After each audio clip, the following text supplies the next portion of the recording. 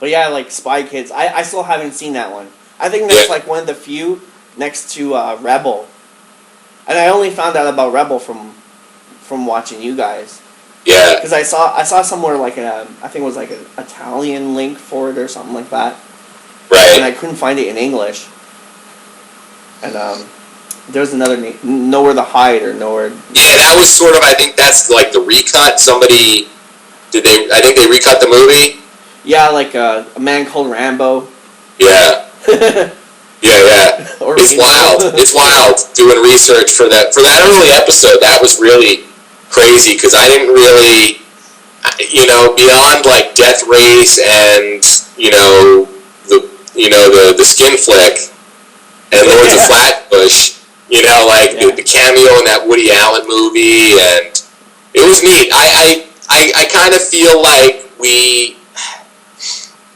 that first episode, I think we had to do it the way we did. Mm-hmm. I think we could have broken off after Lords of Flatbush and then done Death Race as its own movie or its own episode. Mm-hmm. But it's so funny, man. I mean, we really intended to make Slycast 13 episodes. We didn't intend on having it be an ongoing thing. And then, like, after that first episode, the response just blew our minds. We were like, whoa. And then we, like, by the time we got to, I think, like, Rocky 3 and 4, we did as one big sit-down, I think it was like a 4-hour recording.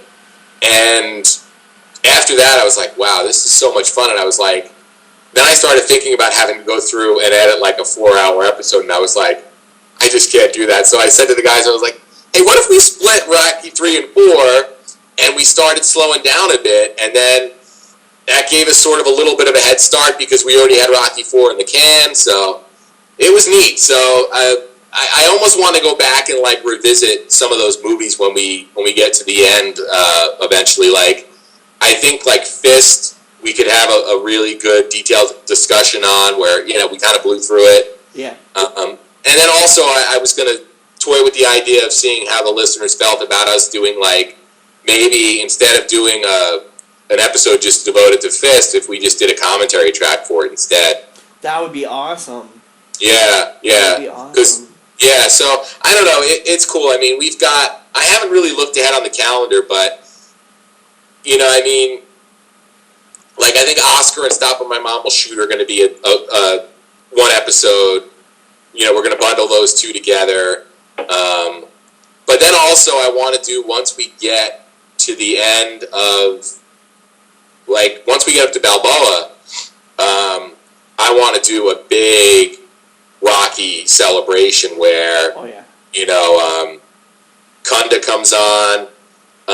Every Rocky episode we do from now on, Mike's going to be on. I've talked to Mike a couple of times, and he is such a cool dude. I mean, his enthusiasm for what we're doing, and just his enthusiasm, about life in general is just amazing. So I have high hopes for our Rocky 5 episode. Is going to be probably a 2-parter, and Mike's going to sit in with us on that. Are you going to do both versions of that? You know what? I know I've never seen that work print or that director's cut. We'll definitely reference it, but that's another thing that maybe down the line when we're looking for things to talk about, we could definitely refer to that. But also, I really think like our Rocky Celebration episode is going to be really cool because we'll probably all individually rank the movies. We'll get listeners involved.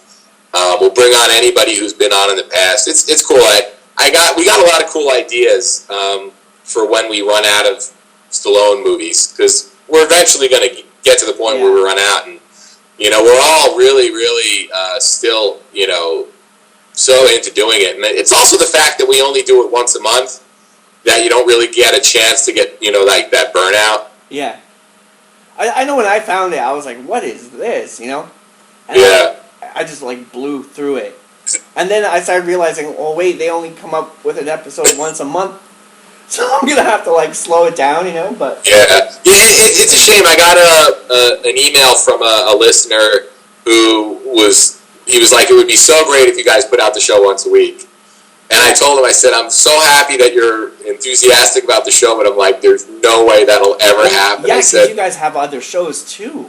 Yeah, I mean, me and Jeff do that Star Trek one weekly, and then between our jobs that was badass too, the tricorder.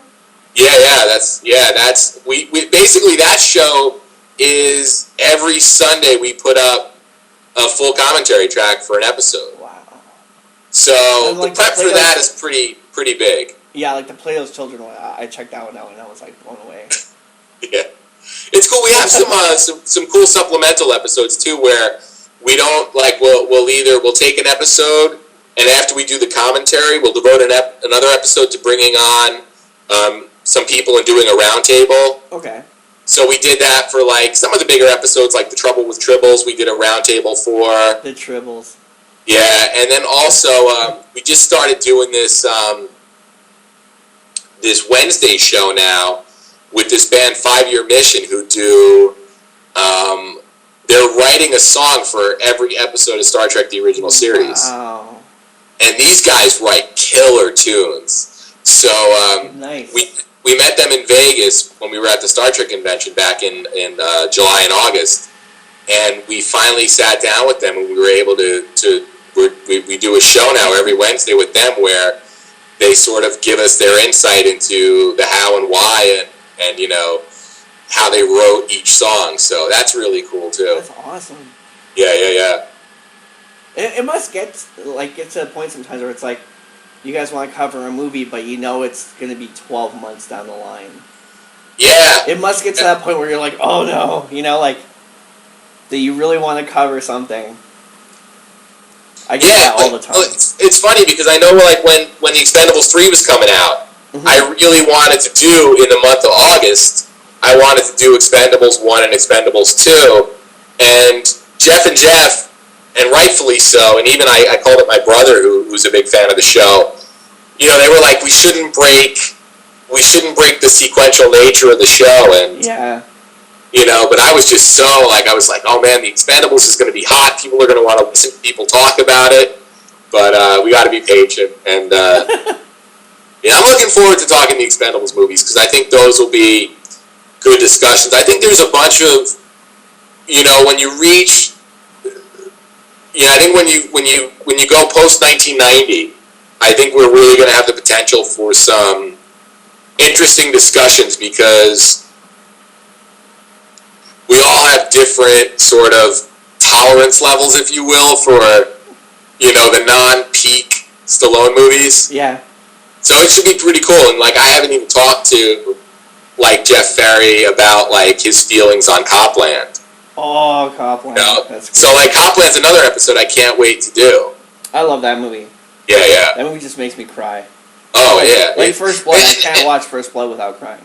Yeah. But that's the thing about Copland is that was really where Stallone got really done dirty by the Weinsteins. Like, that was almost what sort of had him end up in that, like, straight-to-DVD purgatory. You know, I don't really get too much into the politics of things, but it seems like they promised him a lot that they didn't deliver on. You know? It's a shame because it's a great performance. You know, like with Kevin Smith and stuff, they kind of have that record of doing things that way. Yeah. Just kind of. And it's a shame because you can tell that Stallone really committed to that movie. You know, I mean, definitely. From the physical transformation to the performance, and I mean, me and you, we don't have to convince each other that he's a great actor. Yeah, exactly. But you know, that was one of those things where it was sort of like reminding people that he's a good actor. Mm-hmm. Well, like, I know, like, myself, too, I thought I could do the show in, like, 12 episodes. Yeah. Somewhere around there. 3 months.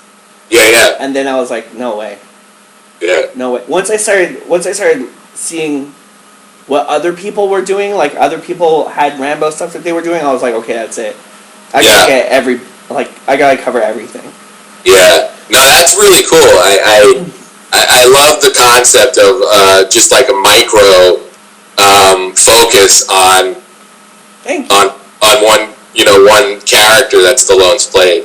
Yeah, like, I guess in the long run, maybe it should have ran 5 seasons. So I guess maybe a year and 3 months, but there's no way. Like, I had to set back season 3 just because I'm still putting together all the Rambo 3 stuff, because there's just so much of it that it's like, wow. So it's, maybe another year. I think I'll probably be doing this for another year and a half. It's awesome, man. That's very cool. Maybe I'll do a Rocky one after. I'm thinking about it. That would be neat. I know you definitely have a built-in fan base. Thank you. I'm kind of testing it out with Creed Week.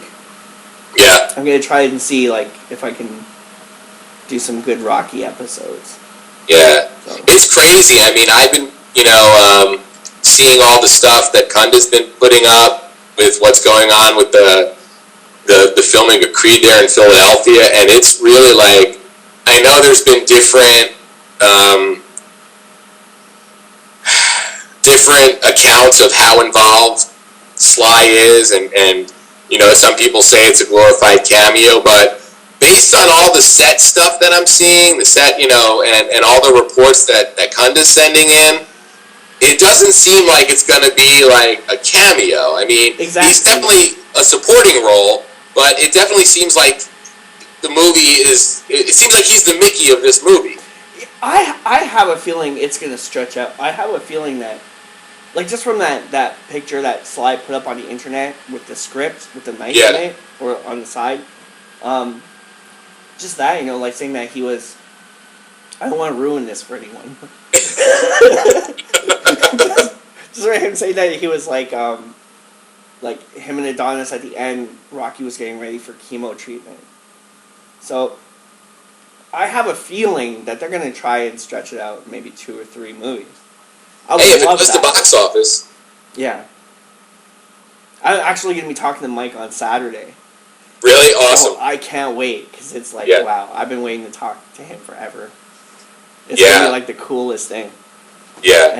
And just like, I have a lot of questions like about what they're doing with Creed, like the Delphi. Mm-hmm. Like, it's this home of Apollo Creed, but I keep on, it makes me wonder, because wasn't that supposed to be in Los Angeles or Florida or something, or LA? Because in Rocky 3 they go to that gym, right? Or yeah, they go to California. Yeah. So it's kind of like, is the Philadelphia set doubling for a LA location? Yeah. I would think, And like the rumored, picture of Rocky, with cancer and everything, with the pizza photo. I don't know if you've seen that one. I don't think I have. There's like a photo of Michael B. Jordan, Stallone. I think it's Kevin King is in there, and some other guys.